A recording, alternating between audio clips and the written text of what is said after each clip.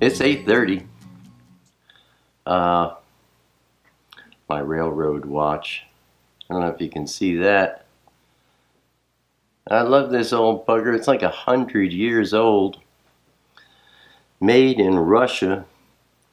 And I had a Russian watchmaker tune it up for me. Shalom, Chavarim. And welcome to another episode of Sitting in the Word. I haven't done a thing on my puzzle. Haven't touched it. That's how it goes sometimes with the puzzle, you know. You can let it sit. You don't have to work on it. It's always there waiting. But yeah, I've been kind of busy, you know. Kind of rescheduling a lot of things, you know. I'm doing the live stream, and I finally got everything working and in order.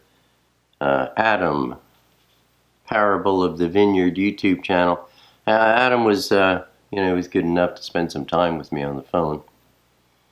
We went on YouTube together, and it was something very simple that I was missing.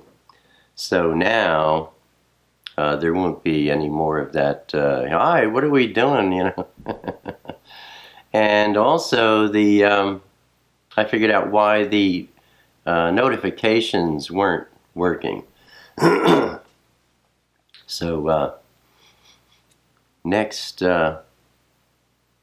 week on Tuesday, if you're subscribed and you've clicked the bell, I don't even know if that's necessary, but if you're subscribed, you should get notifications. If you click the bell, I know you will. I don't know what that bell is. It's something new. But anyway, you should be getting a notification on Tuesday, 2 days in advance, saying, hey, live stream coming up on Thursday, 2 days. And I imagine there'll be a link for it. You know, you click and you'll see the holding page so that you can be there 7 p.m. Eastern Time, Thursday nights, every week. And this week, we're going to do the same thing we did last week. I'm just going to answer questions. But don't miss this Tuesday's newscast, because I'm going to announce plans for a special guest. And I mean special, man. You'll never find a guy like this guy. Anyway, by the way, Jack Daniels, right? Number 7, Tennessee. I like it because it says Tennessee. I don't drink Jack Daniels. I'm not promoting Jack Daniels. It's just a tank top that I find very comfortable to wear. I haven't had a shot of Jack Daniels in probably 40 years. Anyway, what are we going to talk about here? Boy, the live stream was last night. From my reckoning, you'll be seeing this tomorrow, so it's 2 days ago. The live stream was something special. I shifted it, like, let's not have anybody else on, just a caregiver. By the way, caregiver is not my wife. We're not married. She is just an amazing assistant, an amazing matan, a gift from Elohim to me. And I mean that sincerely. She is such a beracha to my ministry. It's just wonderful. So it's just her, she's managing that chat thing. I don't know how you could handle that. That thing's just flying. Oh, people are like, messages. Oh, ask him this. You can't even, you could even read one. But anyway, she manages that for me. And the way she delivers the questions to me, she listens to my answers, and sometimes she'll push me further. on the answer. And I know it's the Ruach urging her, because I know her. And oh, she did it, you know, on the last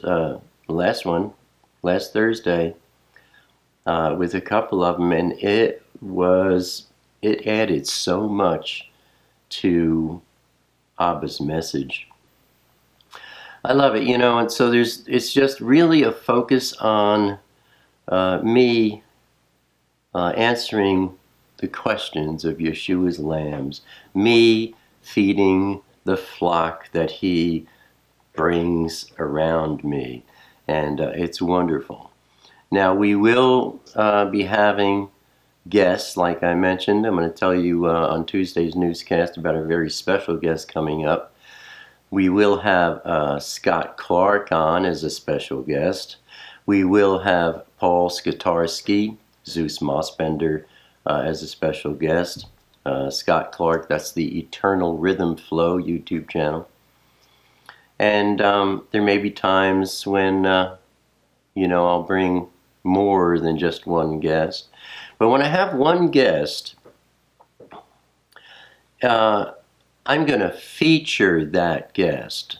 That guest is going to be the spotlight, and I'm going to step back and only be there as a supportive element, and have that guest share something special about what, you know, their gift is, what their ministry is all about, and let them do that for a bit, and then let the flock ask questions for the guest. I think having it more organized like this is really going to spice it up, as it already has. Let me crack that door open here. It's raining out. I shake my head because, gee whiz. I don't know, a couple of days ago we had temperatures in the single digits, you know, at night. And then during the day it was like 23 degrees. Today it was 65 degrees Fahrenheit. You know, and in a couple of days it's going to go back down to 30, freezing again.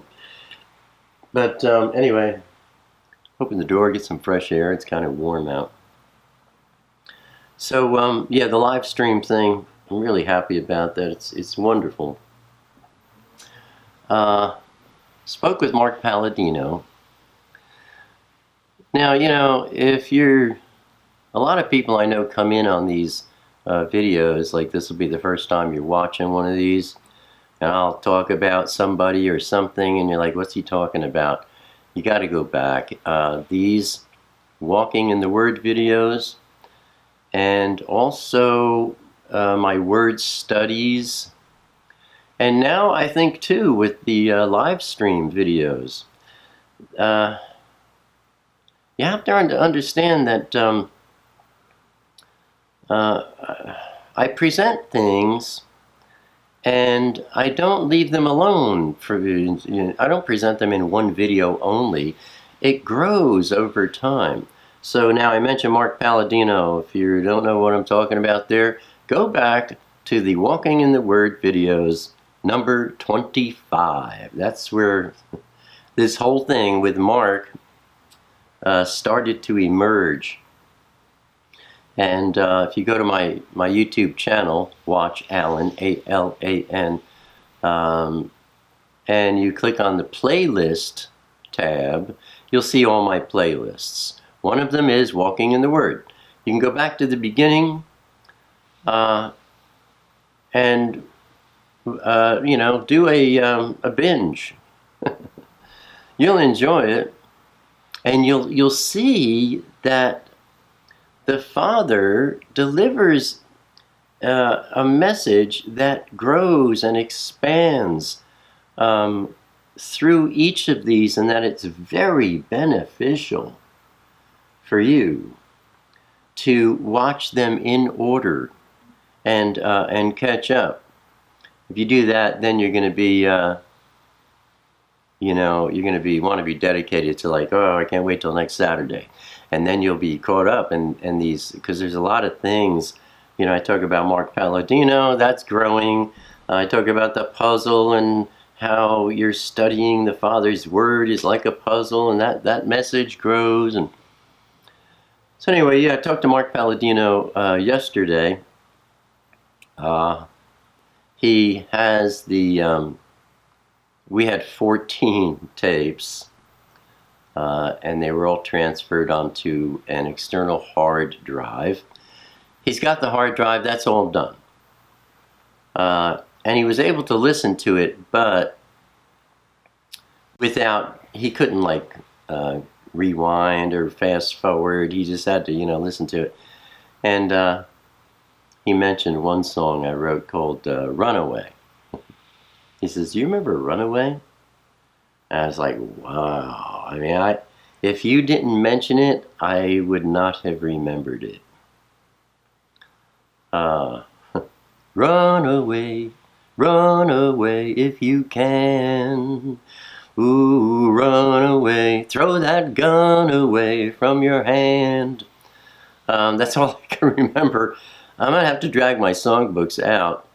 I have songbooks that, you know, my own handwriting from the age of like, I don't know, 13, 14 on. I've written more than 300 songs. They're all written down, documented.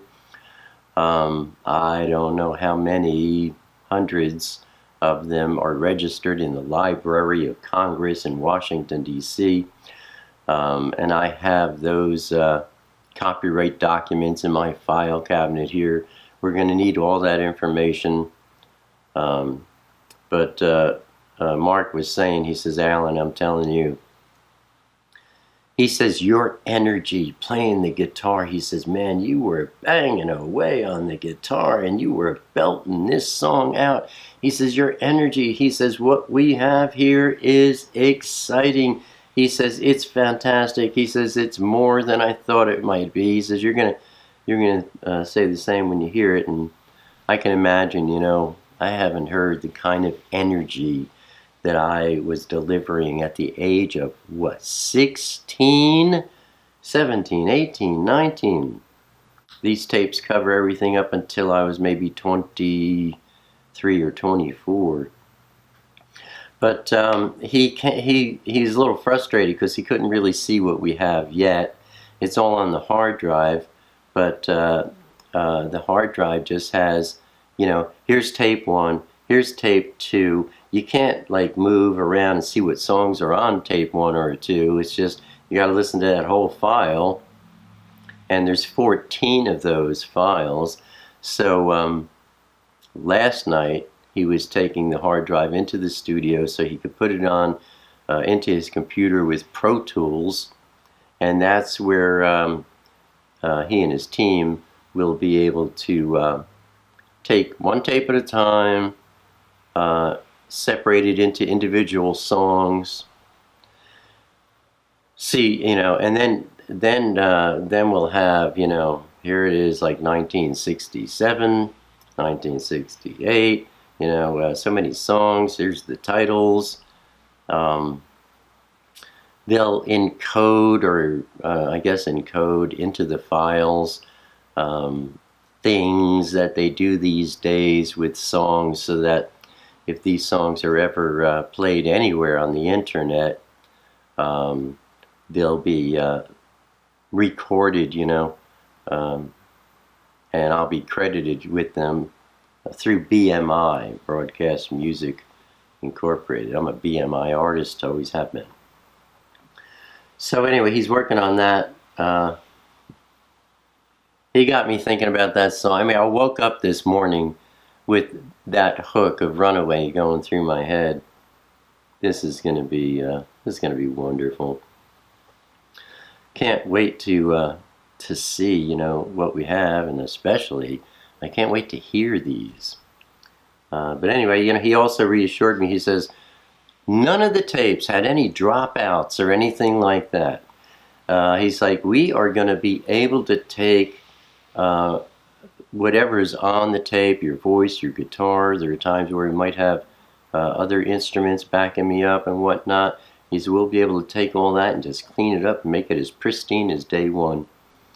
So I'm really excited about this. This is a special gift from Abba. To me, it's like, here's my musical career from the age of 16, to 25. So probably the majority. I mean, I performed until I was into my 40s anyway. I just opened the door wider. I mean, geez, it's I don't know what the temp is out there now, but it's still pretty warm. Anyway, there's one question from last Thursday's live stream that when I watched the live stream again, I had some other thoughts, and it's a good question. It's about a scripture that says, "Bring every thought into captivity to the obedience of Mashiach, Yuhshua." And somebody says, how do you do that? And I gave a good answer, mostly because I gave an example of an experience I had that gave an example of how. And that was good, but I thought, the key word there is captivity. Bring every thought into captivity. How do you do that? And boy, the devil will make sure that you don't figure out how to do that. The key word is captivity. Bring every thought into captivity. How do you bring a thought into captivity? How do you bring anything into captivity?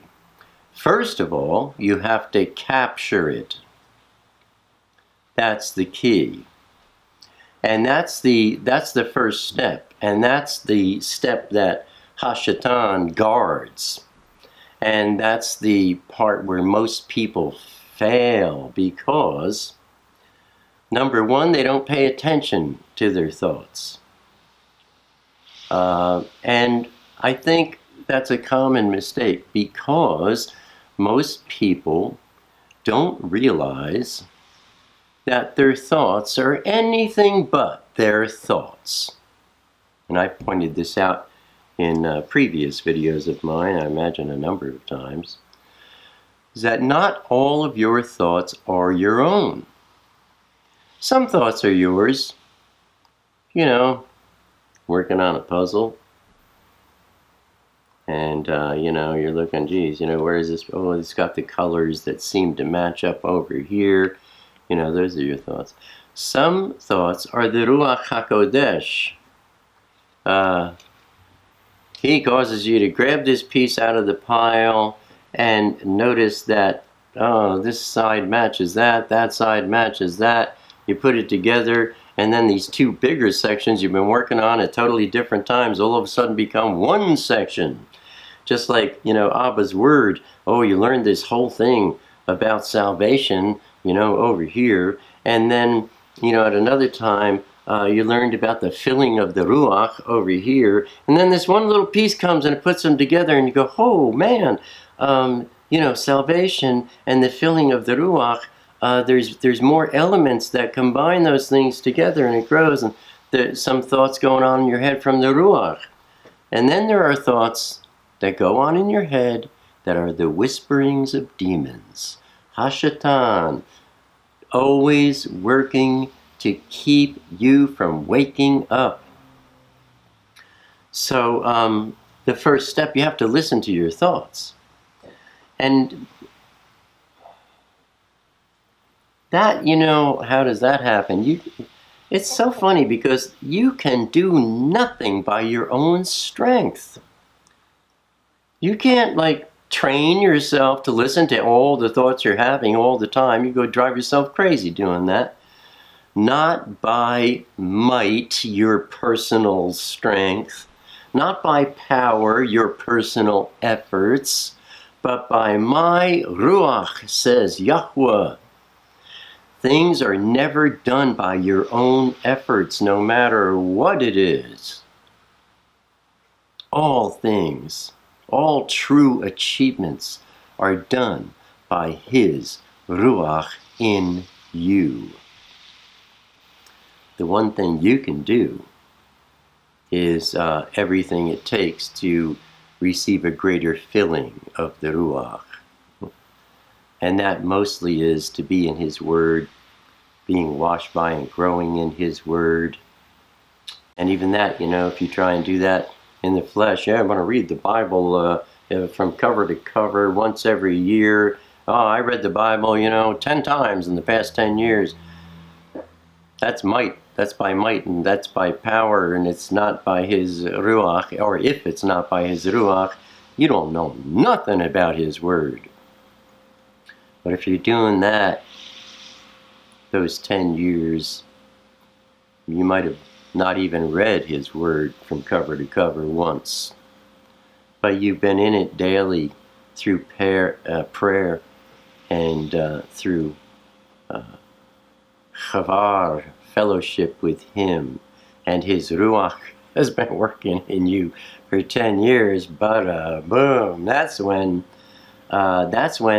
the devil or one of his minions will plant some kind of a thought in your head, and you go, what was that? Because you'll recognize this is a weird personality in my head. It's not one that belongs. Like the one I mentioned last Thursday, I'm sitting down and I had a thought, boy, we're going to have a real problem in about 2 weeks. That thing popped out like a sore thumb in I was like, what? We're going to have a real problem in about 2 weeks. I mean, number one, I first recognized there was no reason on earth for me to think that I was going to have a problem of any kind. I didn't have any growing issues that could lead to a problem. And then in 2 weeks, that's where the demons really blew it. Because what? Somebody's scheduling a problem here? That's not me. This thought isn't mine. And the devil works really hard to keep people away from being able to do that. And again, it's not something you can do on your own. It's something that happens from you growing in your relationship with the indwelling Ruach, in your relationship with Elohim.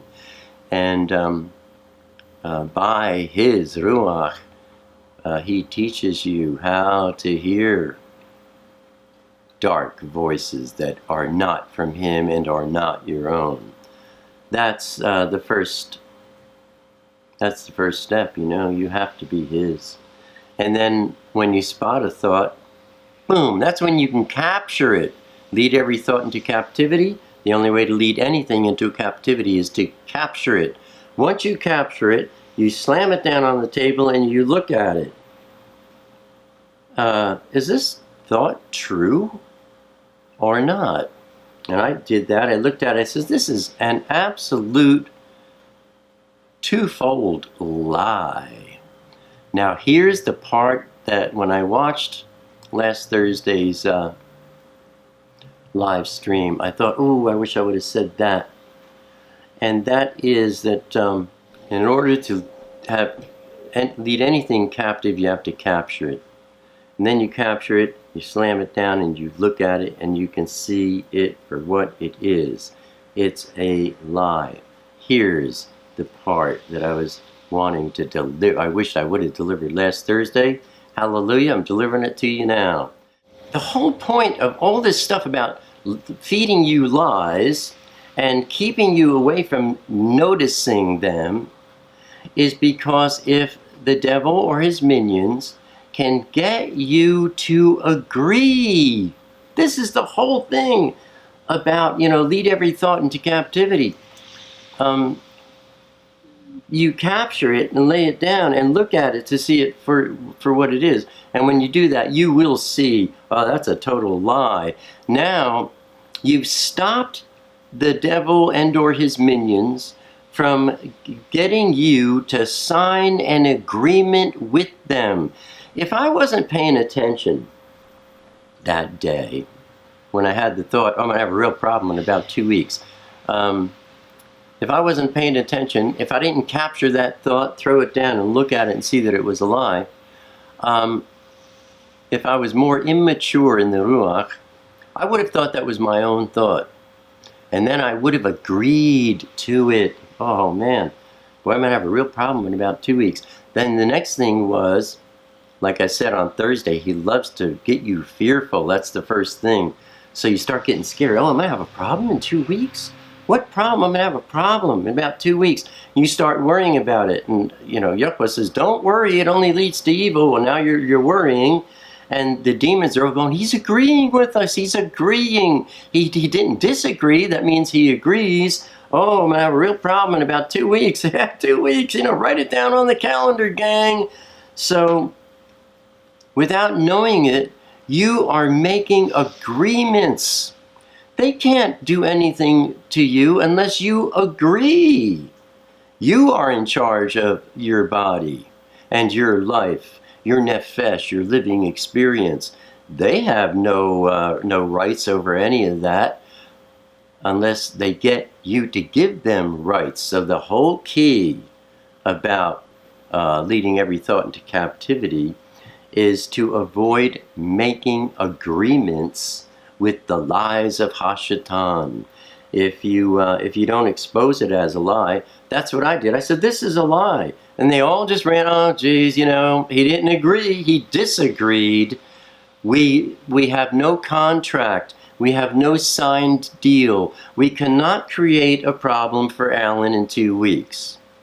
Now, if I would have agreed, who knows what kind of problem they could have made. But that's what it's all about, my friends. Making agreements with the devil. And, you know, most of the time those agreements are made without knowing it. And it's all because of people not paying attention. And that's because they don't have the filling of the Ruach, because you can't pay attention without the fruit of the Ruach growing in you. Yeah. Now that's what I call a sit down in the Word. And that's our walk in the Word for this week, my friends. Abba willing, I'll see you here again next week. Until then, you know, keep your wicks trimmed. Keep your lamps ablaze. Shalom, Chavarim.